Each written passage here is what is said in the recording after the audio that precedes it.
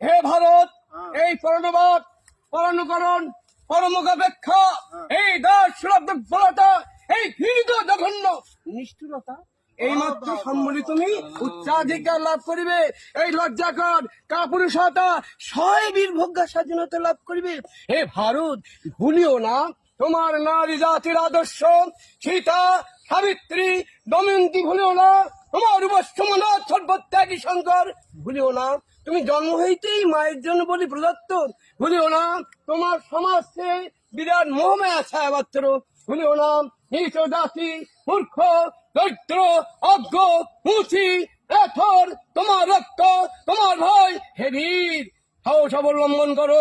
সদর্পে বলো আমি ভারতবাসী, বলো মূর্খ ভারতবাসী, দরিদ্র ভারতবাসী, ব্রাহ্মণ ভারতবাসী, চন্ডাল ভারতবাসী আমার ভাই।